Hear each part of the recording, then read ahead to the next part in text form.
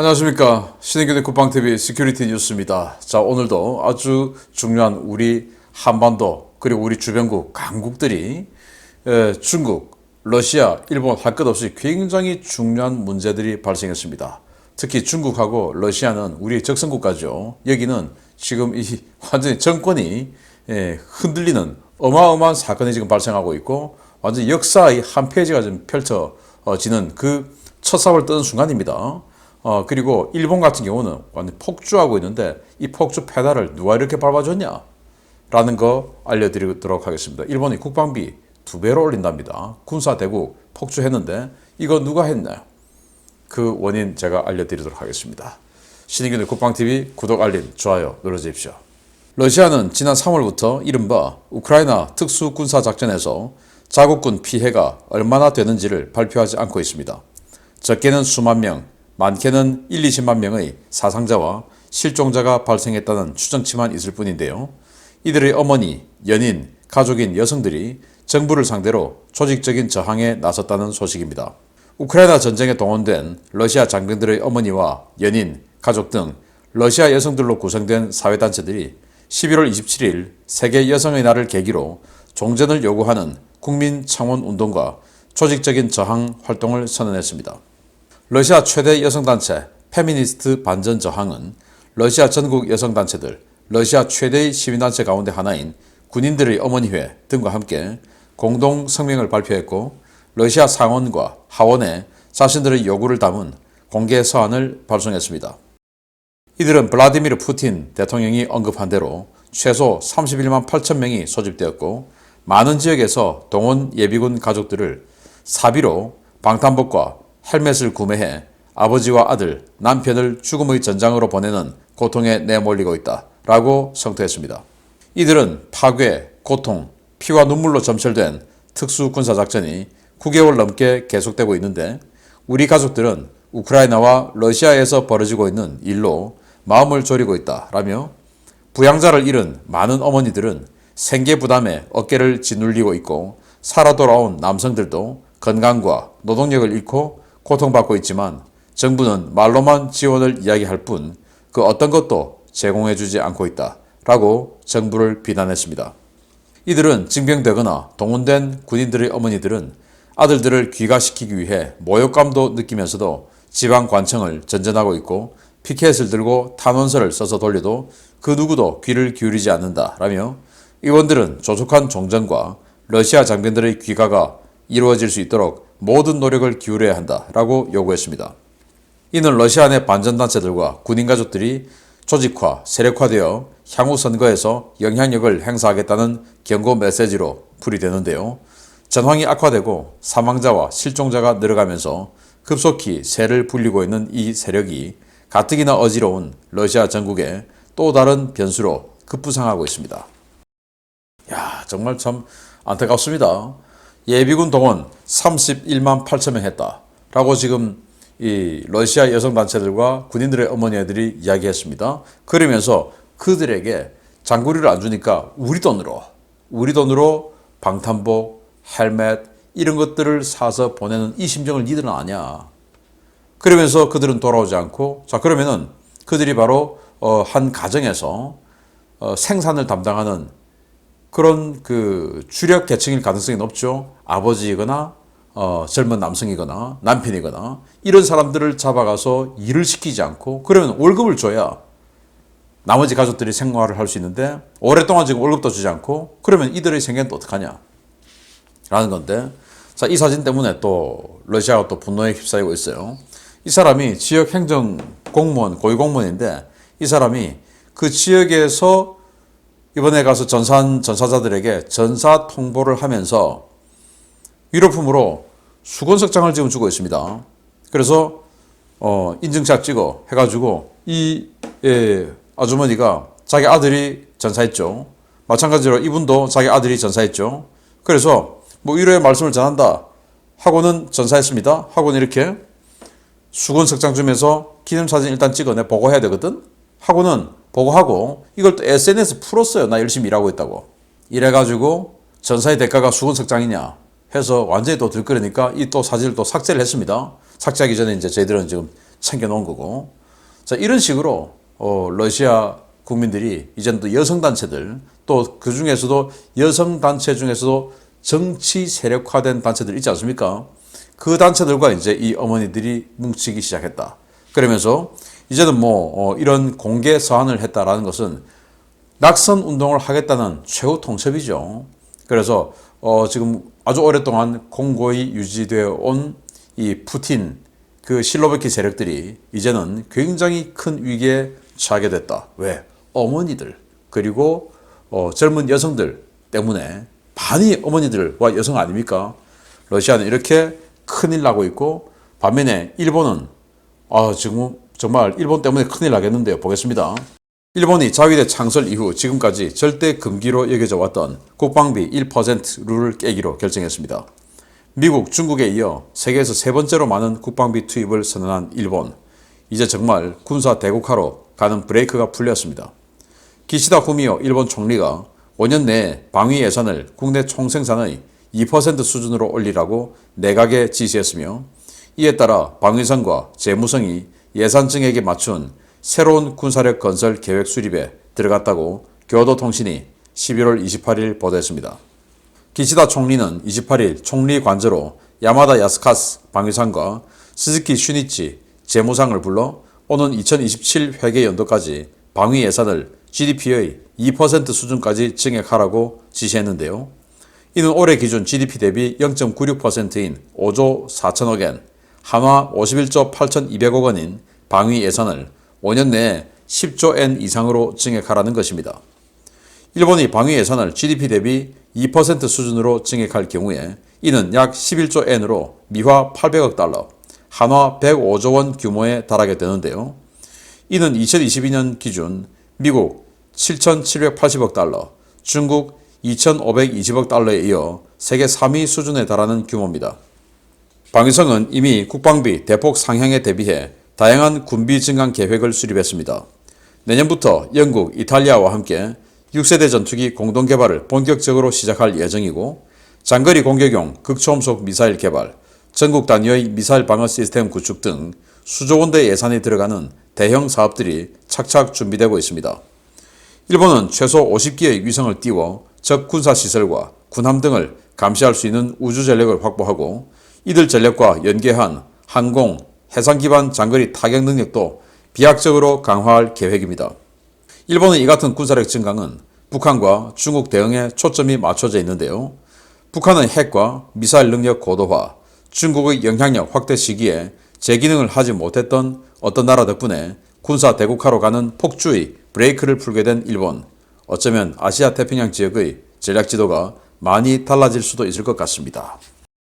일본 자위대, 올해 자위대 예산이, 국방 예산이 51조 8,200억 원, 우리 돈으로 환산하면 그렇습니다. 반면에 우리 한국 국방 예산은 54조 6천억 원. 우리가 한 3조 원 정도 더 많아요. 어떻게 하다 이래 됐냐? 우리 한국은 분단국가이면서 일본보다 병력을 한 2배 가까이 더 많이 운용을 하죠. 물론 대부분 우리는 징병입니다만은 일본은 이제 모병한 자위대 한 28만 명 정원인데 28만 명 다 못 채우고 주로 한 24만 명 운영하고 있습니다. 그런데 우리는 최근에 이 병사들의 임금을 급격하게 극단적으로 높이고 있죠. 그래서 이 국방 예산이 늘어나고 있는 것들 중에서 상당수가 사실은 병사들의 월급으로 들어가기 때문에 최근 몇 년간 국방비가 급속히 증액되었습니다만은 전력 증강 투자에 더 많이 늘어나는 것은 사실은 체감되지 않고 있다라는 거예요. 근데 일본은 어차피 모병이고 군인들이라고 해서 공무원인데 다른 공무원 집단보다 더 많은 돈을 급격하게 많이 줄 수는 없어요. 그건 공무원 체계가 그러면 안 되니까. 그러면 이렇게 일본이 지금 올해 51조 8천억 원. 그러면 내년도 예산을 내년도 바로 2배는 아니지만 이게 이제 5년에 걸쳐서 그렇게 올리겠다는 거지만 어쨌든 궁극적으로 만약에 100조 원이 되었을 경우에 그 나머지 50조 원은 뭐냐? 대부분 신무기 구매 예산으로 들어갈 수밖에 없는 거예요. 무서운 겁니다. 어떻게 하다가 일본이 이렇게 됐냐? 자, 일본이 얼마나 무섭냐? 위성 지금 50개를, 정찰 위성 50개를 올리겠다는 거 아닙니까? 한국은 박근혜 정부 때 계획한 정찰위성 5개 올린다. 그거 아직도 지금 다 못하고 있죠. 인건비 올리느라고, 파퓰리즘 하느라고. 이거는 뭐 여야, 지금은 여야 할 것 없이 다 똑같아요. 파퓰리즘 하느라고. 그래서 그마저도 우리는 5개도 제대로 안 되는데 여기는 50개 한다는 겁니다. 일본이니까, 일본 우리보다 뭐 더 경제력이 크니까 지금 대한민국을 우습게 보십니까? 아닙니다. 대한민국 1인당 GDP, 일본 1인당 GDP 이젠 똑같아요. 그러면 대한민국 인구 5,200만, 일본 인구 1억 2,300만. 그러면 우리보다 인구가 2.2배, 3배 이렇게 많으니까 그러면 국방비가 우리보다 2.3배 많은 거 맞지 뭐 라고 할 수 있어요. 그런데 일본이 우리처럼 분단 국가입니까? 아니죠. 그리고 우리처럼 많은 병력을 운영합니까? 아니죠. 그러니까 여기는 질이 어마어마하게 높아지는 거예요. 자, 그러면은 1인당 GDP는 이제 비슷해졌고 인구 차이가 있으니까 이 전체 국가 대비 GDP 차이에서 차이가 난다. 자, 그러면은 일본이 정찰위성 50개를 하면 우리는 20개는 올려야 비슷한 비율 아닙니까? 그런데 우리는 분단 국가니까 더 해야죠. 그런데 우리는 지금 안 하죠. 안 하고 뭐 합니까? 파퓰리즘 하고 있죠. 여야 할 것 없이. 정말 기가 차는 겁니다. 자, 그러면서 왜 그러면 일본이 이렇게 폭주하게 됐냐? 문재인 정부 때문이에요. 문재인 정부가 친중하느라고 미국하고 거리를 두고 또 친북하느라고 미국하고 거리를 두고 해서 지금 미국의 군사적 관심은 오직 인도태평양 정책에 의한 대중국 포위 전략이에요.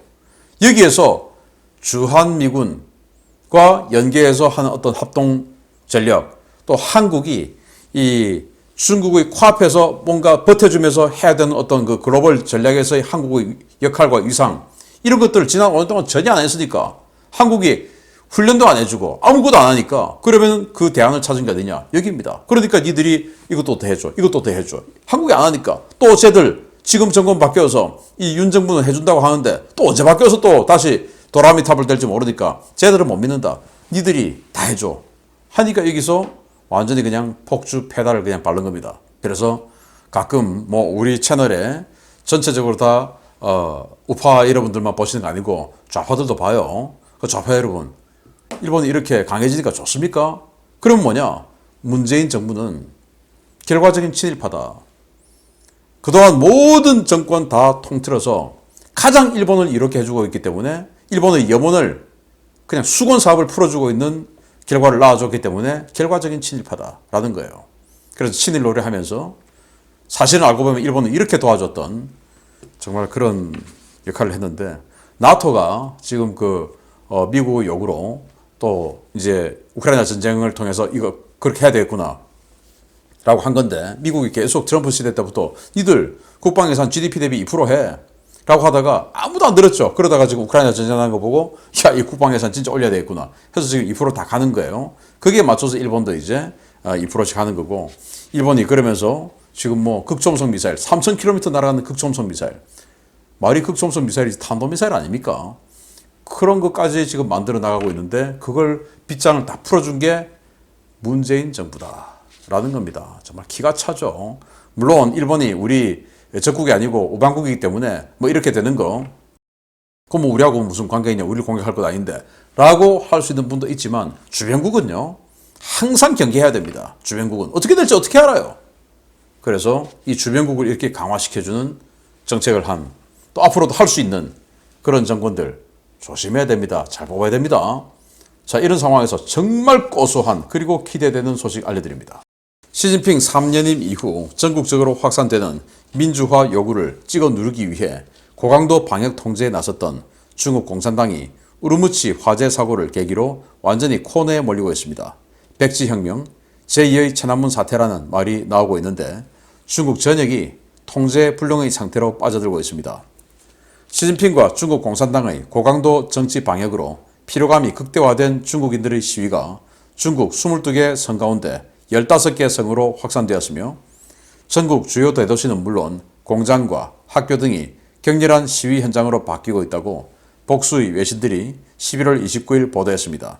아무것도 쓰여있지 않은 백지를 들고 항의한다고 해서 이른바 백지 시위 또는 백지혁명으로 불리는 이 시위는 2030 세대를 중심으로 급속 확산되고 있는데요. 중국 당국은 각종 SNS와 인터넷 커뮤니티에서 필사적으로 관련 영상과 게시물을 삭제하고 차단 중이지만 거의 효과를 거두지 못하고 있는 것으로 전해졌습니다.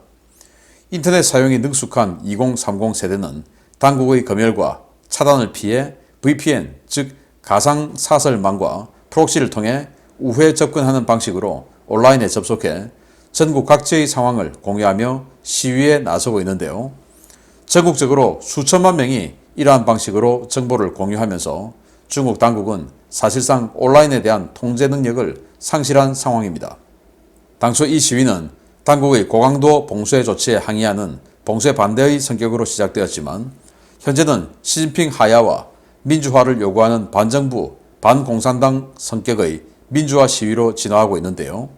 이들은 영수를 원하지 않는다, 투표를 원한다, 자유, 인권투표라는 표어를 사용하며 시진핑과 중국 공산당의 퇴진을 요구하고 있습니다. 이 같은 시위는 중국의 핵심 관청들이 들어서 있는 베이징 시내 한복판은 물론 상하이, 광저우, 청두, 시안, 우한, 충칭, 정저우 등 주요 대도시에서 벌어지고 있는데요. 시위대는 진압에 나선 공안과 무장 경찰 병력과 대치하며 바리케이트를 부수고 집기를 던지며 당국의 진압 시도에 격렬하게 저항하고 있습니다. 각 지역에서 산발적으로 이루어지던 시위가 전국적 정권 퇴진 집회로 번진 것은 지난 11월 24일 신장 위구르 자치주의 성도인 우르무치시에서 벌어진 아파트 화재 사고 때문입니다. 당시 사고 현장은 당국의 봉쇄 조치로 아파트 입구가 막혀 있었고 아파트 진입로상에 방역 통제용 바리케이트와 장애물이 설치되어 있었는데요. 이 때문에 소방차가 제때 화재 현장에 도착하지 못해 입주민들이 창문에서 살려달라를 외치며 불에 타 죽는 모습이 전국으로 생중계됐습니다. 현재 중국 당국은 반시진핑, 반공산당 성격으로 확산되고 있는 시위를 진압하기 위해 전국 각지에 장갑차로 무장한 공안과 무장경찰 병력을 대거 투입해 물리력을 행사하고 있는데요. 이러한 병력 투입 상황과 무자비한 시위 진압 장면은 SNS를 통해 빠르게 확산되며 민심을 더욱 자극하고 있는 상황입니다. 이와 관련해 백악관은 중국인들은 평화적으로 시위를 할 권리가 있다 라며 중국 각지의 반정부 집회를 지지하는 입장을 밝혔는데요. 중국 전역으로 들불처럼 번지고 있는 민주화 시위, 과연 시진핑과 중국 공산당이 얼마나 버틸 수 있을지 지켜봐야 하겠습니다. 자, 백지 피켓을 들고 있습니다. 이 백지는 뭐냐? 나중에 잡혔을 때 난 아무 말도 안 했어요. 그냥 백지 들었는데 왜요?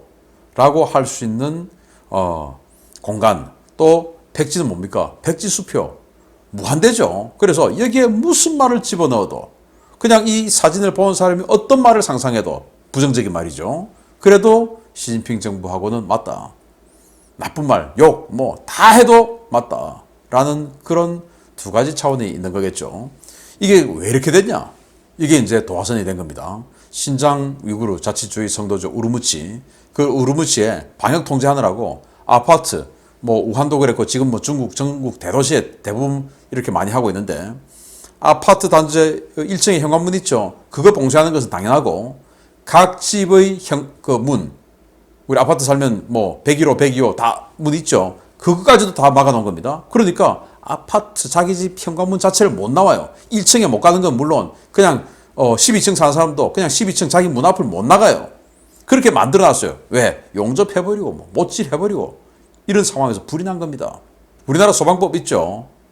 아파트 옥상에 문 잠그면 안 되죠. 왜? 불 나면 옥상 쪽으로 올라가서 계단 타고 올라가서 그 옥상 쪽으로 들어가는 그 문 열고 옆동으로 옆라인으로 내려가게끔 이렇게 하기 위해서 옥상에 문 안 잠그는 거예요. 그런데 이제 그 옥상으로 올라가서 극단적인 선택하고 하는 것 때문에 또 이제 아파트에서 문 잠그고 하면은 소방점검 나와서 또 단속하고 하는데 그 잠그면 안 돼요. 이런 일이 생기니까.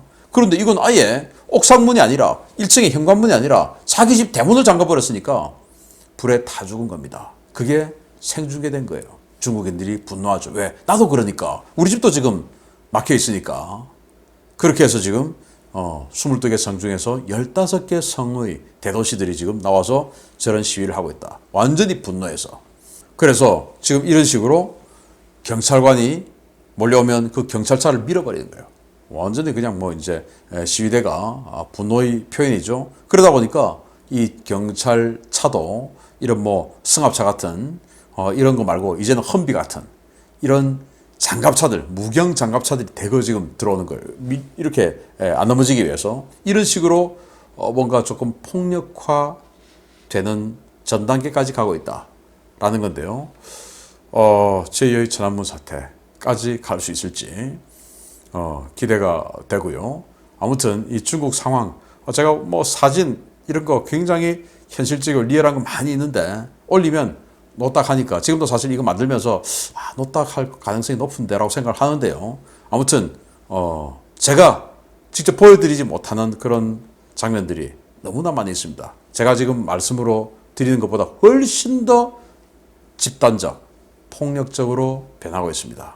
조금 더 시진핑이 조금 더 한 몇 년 더 해가지고 중국을 완전히 망하고 난 뒤에 이렇게 되는데 너무 빨리 이렇게 되어서 또 여기서 또 이제 덩샤오핑처럼 굉장히 괜찮은 지도자가 나와버리면 또 중국은 또 사는데 약간 아쉬운 감도 있고 또 어차피 올 게 오고 있구나. 이건 역사에 어쩔 수 없는 역사예요, 이거는.